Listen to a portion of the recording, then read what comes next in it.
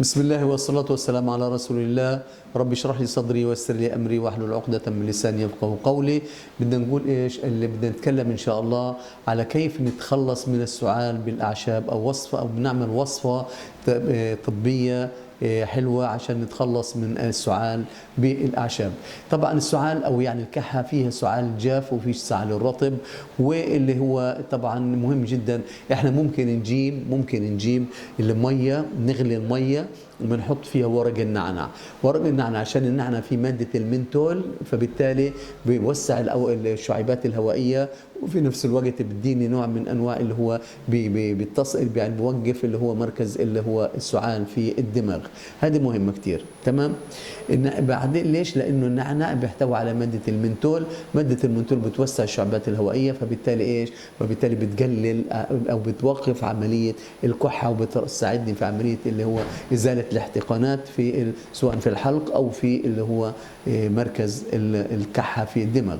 اذا مية، بنجيب مية، بنغلي مية وبنحط فيها اللي هو عشبة النعنع اللي فيها المنتول، فبالتالي بدي نوع من انواع الانتعاش الكحة او للصدر، بتزيل عملية اللي هو الاحتقان او اللي هو آلام اللي هو الحلق يعني. بالاضافة انه كمان بيطلع كمان المخاط، لو كان في مخاط في الشعيبات الهوائية بيطلع. اذا مهم كتير نجيب المية وبنغليها، وبعدين بنحط بننزلها على النار وبنحط فيها النعناع حتى يريح لي الصدر ويطلع لي ويوقف لي الكحة. ايضا في اللي هو الاعشاب الثانيه اللي هي ممكن نستخدمها في عمليه ازاله الكحه. او انا في شغله مهمه كثير. ممكن كمان نجيب ميه، بنغلي الميه والبخار طالع، بنحط النعنع في الميه اللي هي بتغلي، وبيطلع اللي هو الزيوت الطياره بتاعت النعنع، وبستنشقها بانفي وبستنشقها بايش؟ بفمي، عشان تساعدني على ازاله الكحه. هذا مهمه. في برضه كمان في الزعتر في ماده اللي هو الثايم اويل، زيت الثايم. الزعتر لما انا ممكن بجيب الميه، اغلي الميه وانزلها على النار، وبجيب الزعتر وبحطه في الميه اللي سبق غليها، تمام، وبعدين بشربه زي الشاي. هذا بيوسع لي الشعيبات الهوائيه، وبيطب في نفس الوقت بوقف لي ايش؟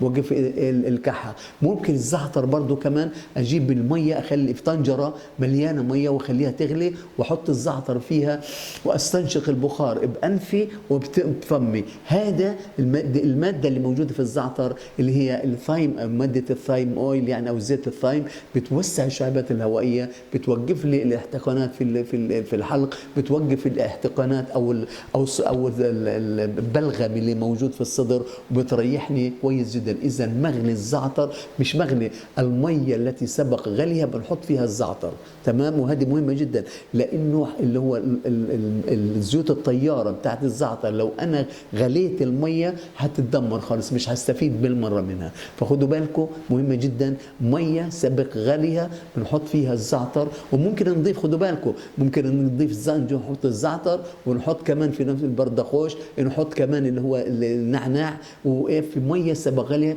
من ميه بتغلي.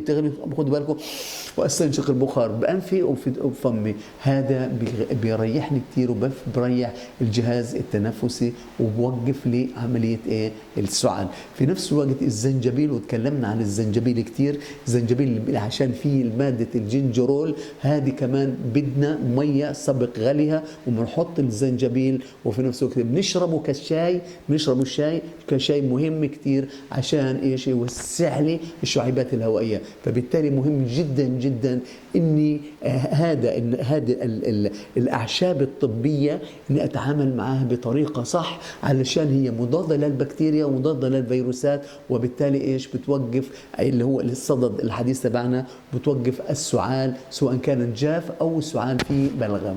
هذه مهمه كثير. كان معكم الدكتور موسى حلمي عمارة، اختصاصي علم الأدوية والأعشاب والنباتات الطبية.